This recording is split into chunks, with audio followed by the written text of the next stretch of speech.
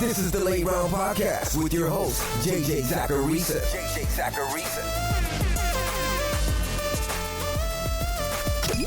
What's up, everyone? It's JJ Zacharisa, and this episode 732 of the Late Round Fantasy Football Podcast, sponsored by FanDuel. Thanks for tuning in. With it being championship week, this is the last 15 transactions episode of the season. And this week's Late Round Podcast schedule is a little bit different too. I'm obviously doing this episode today, and then I'm planning just one more episode this week, which is the Sleeper Show. That's going to drop on its usual day, Thursday. So 2 more episodes of this fantasy season, and they're the 2 episodes that help you most with your lineup decisions. I'll still be doing content for Week 18 over on the Late Round Fantasy Football Patreon. So if you're playing in one of those bizarro leagues that go through Week 18, I can still help you out. There just won't be any podcast episodes around next week. I won't be going anywhere in the offseason either. So I really hope you stick around. I just wanted to give you an update on what's happening this week, Championship Week. Now, before getting into the transactions this week, I want to remind you that with basketball season going strong, Wednesday nights are jam-packed with NBA action, and FanDuel and Buzzer plan on giving you a chance to win big with their daily fantasy basketball contest. Introducing the NBA Clutch Shot presented by Buzzer, an NBA DFS contest taking place every Wednesday from now until March that gives you a chance to win a share of FanDuel's biggest prize pool. Simply construct your best 9-player roster while staying under the salary cap and follow along as the games unfold using FanDuel's live scoring feature. Earn points for points scored, rebounds, assists, steals, and blocks, and watch as your lineup climbs the ranks. The higher up the leaderboard your lineup finishes, the more cash you'll win. It's that simple. The contest is live, so visit FanDuel.com/league/NBA-main-marquee-1 and submit your lineups now. That's FanDuel.com/league/NBA-main-marquee-1. Add Justin Jackson. So GameScript didn't really favor the Lions' rushing attack this past week against the Panthers. But even still, Jamal Williams suffered a leg injury late in the third quarter against Carolina. So yeah, he probably wasn't going to have a big game, but he also got hurt. And that injury could end up being nothing, but it could also end up being something. And since it's week 17, you might as well jump on the notion that it could be something. Justin Jackson is next in line for Detroit. He's been playing between 20% and 40% of the Lions' offensive snaps during this final stretch of the season. And Detroit's been a team where they split that backfield up.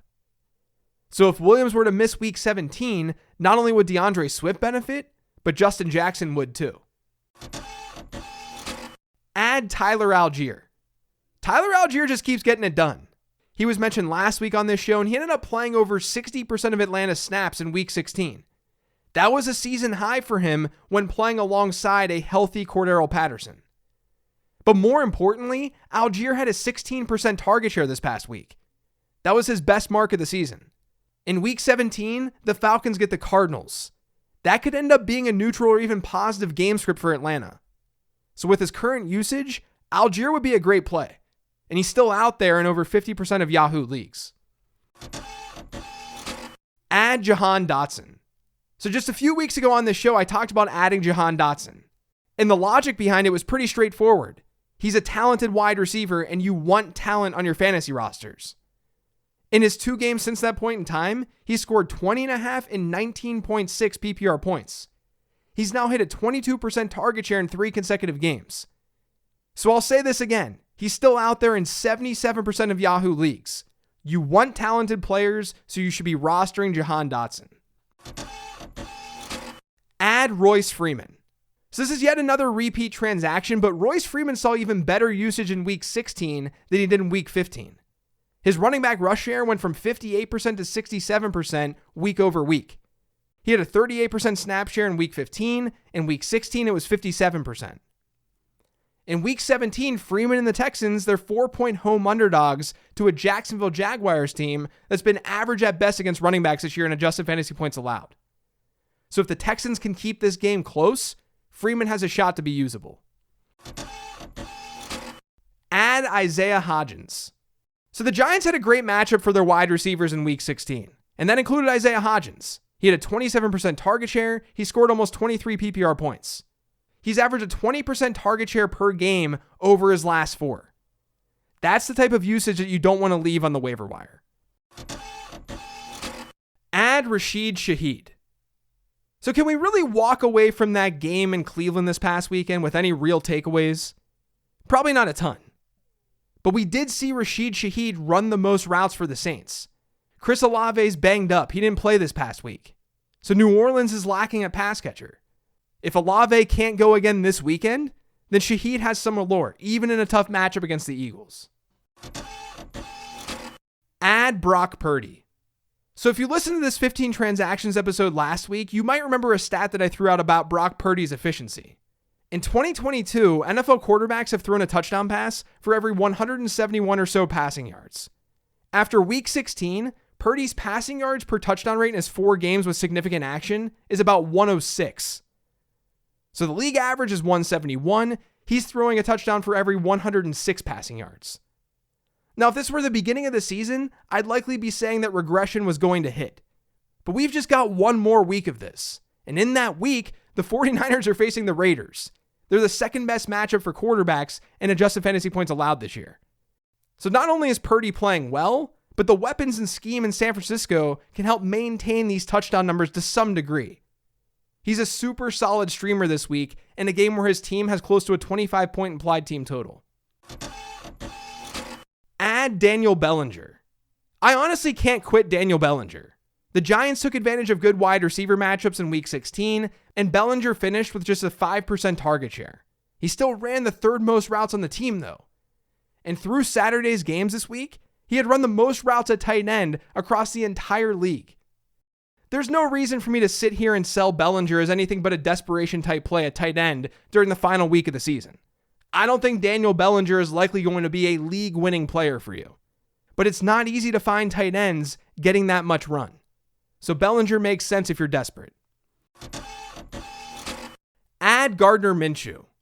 So right now at the time of this recording, I have no idea if Jalen Hurts is going to play this week or not. If he doesn't, Gardner Minshew makes plenty of sense as a streamer once again. He made some costly mistakes, but the Eagles weren't afraid to have Minshew let it loose. He threw the ball 40 times for 355 yards against Dallas. The Eagles have good pass catchers and a good environment around their quarterback. That's going to help Minshew stay relevant. And in week 16, the Eagles get the Saints. New Orleans is a better matchup for Minshew in Philadelphia than Dallas was this past week. So Minshew's a good ceiling option once again, as long as Jalen Hurts doesn't go, obviously.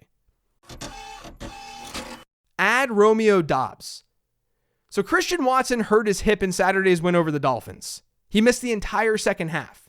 That allowed Romeo Doubs to get more love in that Packers offense. He played 61% of the team's snaps. That was the second highest at wide receiver on the team. And he ran the second most routes too.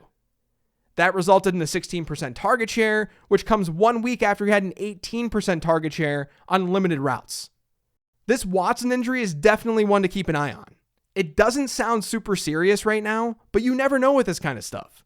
And Green Bay gets one of the best matchups imaginable in week 17. They get the Vikings. Minnesota is the top opponent for wide receivers in adjusted fantasy points allowed. So that makes Doubs an even more important add this week. Hold Aaron Rodgers. So look, Aaron Rodgers didn't really come through in week 16 despite a good matchup. But it's tough to ignore his opponent in week 17. Like I just talked about, the Packers get the Vikings. Since week 4, the only 2 quarterbacks to finish outside the top 12, so QB1 status, against this Minnesota secondary, the only 2 have been Taylor Heineke and Matt Ryan. In other words, most competent quarterbacks are doing really well against them. They've allowed the most passing yards in football, and they've allowed the 4th highest adjusted net yards per attempt rate. And adjusted fantasy points allowed pegs them as the 8th best matchup for quarterbacks. So there's a chance that Aaron Rodgers has a big game. Even if you don't use him this week, you probably don't want your opponent to have him either. Add Hassan Haskins. So the Titans don't need to win in week 17 to make the playoffs. Their season's going to come down to a week 18 game against Jacksonville for the AFC South title. So this is all speculation right now, but do they really have to play their starters this week? We're likely going to get more answers as the week goes on, and they play on Thursday night, so we'll get those answers really soon. It's just not a bad idea to pick up Haskins right now off the waiver wire in case Derrick Henry does sit. Now, I will say it's not the best spot in the world for Haskins. The Titans are 10-point underdogs in the game with a 42.5 point over-under, according to FanDuel Sportsbook. So their implied total against Dallas is not very high. Haskins was the only non-Derrick Henry running back to play snaps in Week 16, but they could easily go with a committee too. It's not like he'd walk into a Derrick Henry workload. Like I said, this is totally speculative. It's just not a bad move to make during the final week of the season. Add JaMycal Hasty. So this same logic for Tennessee and Haskins works for Jacksonville and JaMycal Hasty too. Week 17 doesn't matter. So why trot your studs out there in case they get hurt? Travis Etienne may not see his normal workload. That could allow JaMycal Hasty to do some work. Especially considering Jacksonville gets Houston. Houston is the best matchup for running backs in adjusted fantasy points allowed. So I think Haskins is a fine add, but I would actually prefer JaMycal Hasty over Haskins.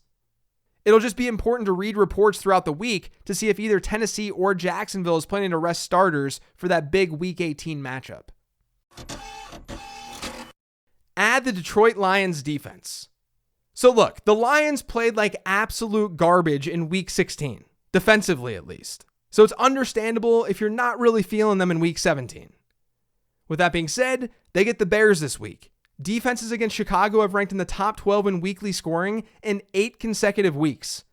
According to adjusted fantasy points allowed, the Bears are the 5th best matchup for fantasy defenses. And that's because they're allowing the highest sack rate in football by far. This game has a high over-under, but I do think Detroit's a high-risk, high-reward play.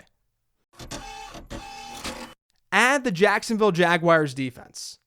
So the Jags get the Texans in Week 17. And according to FanDuel Sportsbook, they're 4-point road favorites in a game with a 44.5-point over-under. That's not bad. The Jags have also been playing a lot better defensively of late.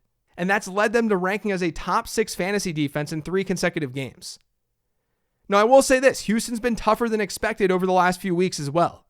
But I do think that Jacksonville at least makes some sense against one of the worst offenses in the league. That's it for today's show, though. Thanks to all of you for listening. If you get subscribed to the Late Round Fantasy Football Podcast, make sure you are by searching for it pretty much anywhere podcasts can be found. And don't forget to follow me on Twitter, @LateRoundQB. Again, I have one more show for you this week. That's the Sleeper Show, and it's going to drop on Thursday. I appreciate all the support with this episode every single week this season. It means the world to me. Hopefully it helped more than it hurt. But at the very least, I hope that you became a better fantasy football manager. Thanks for listening, everyone. I'll talk to you on Thursday.